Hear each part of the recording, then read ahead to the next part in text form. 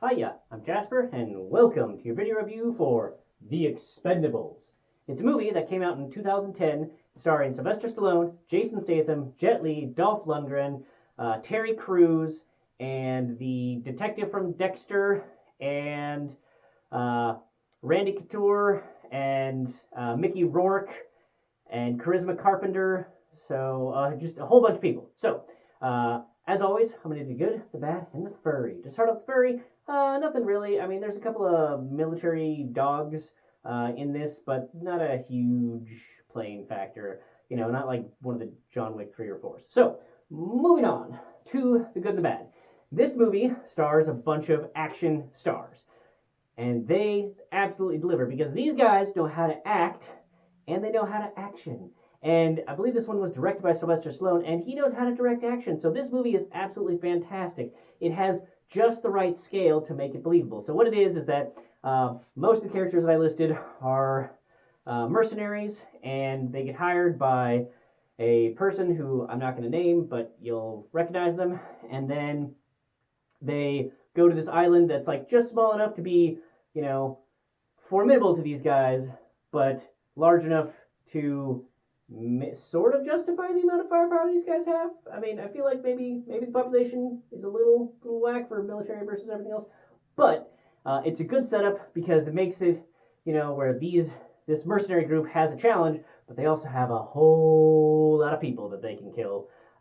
If it comes down to it, and it's really fun because yes, it's mostly about Jason Statham and Sylvester Stallone and their character. Like, they have the most character development and things that go on for them. But every one of the mercenary group gets to have their moment in the sun or in the moonlight, if you will. But they have their moments and they have enough interaction, and it's really it's fun and it's entertaining, and they're all badass. There's awesome, like martial arts attacks and just fight scenes, and then there's awesome knife throwing and knife fights, and there's also just absolutely awesome firefights and explosions, and it's all this was made in 2010 for what I believe was a pretty low budget overall, for the amount of stars and everything else that occurred in it, and the action was pretty much all conventional. Like, it was all actually happening. Yes, I'm sure there was wire works and maybe some CGI to enhance things, but a lot of it was actually happening, not just green screen and CGI. And I appreciate that because I think it shows, and it really works for this. So if you like action movies, this is it.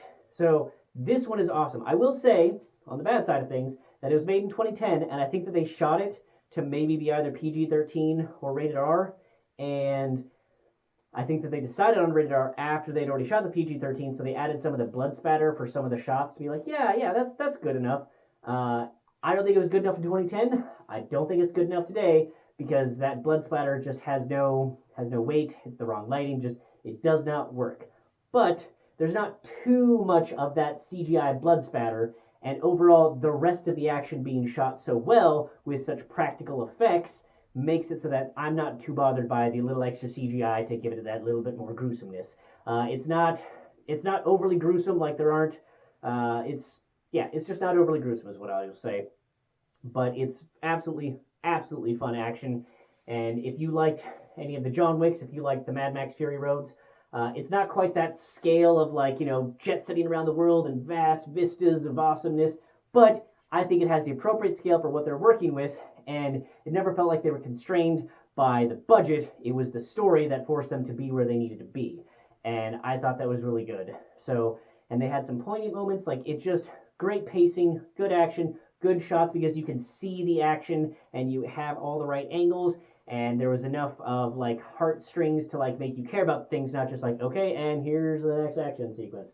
So absolutely awesome. This is Expendables 1, and I learned after rewatching it that there's going to be an Expendables 4. So look forward to that. I believe it comes out sometime this year. So Expendables 1, definitely worth your time, and I will let you know. There'll be links in the comments down below as I finish them, but reviews for Expendables 2 and Expendables 3. But that's all I have for this one. Thanks for coming. Thanks for watching. Hope to see you at the next one. Bye.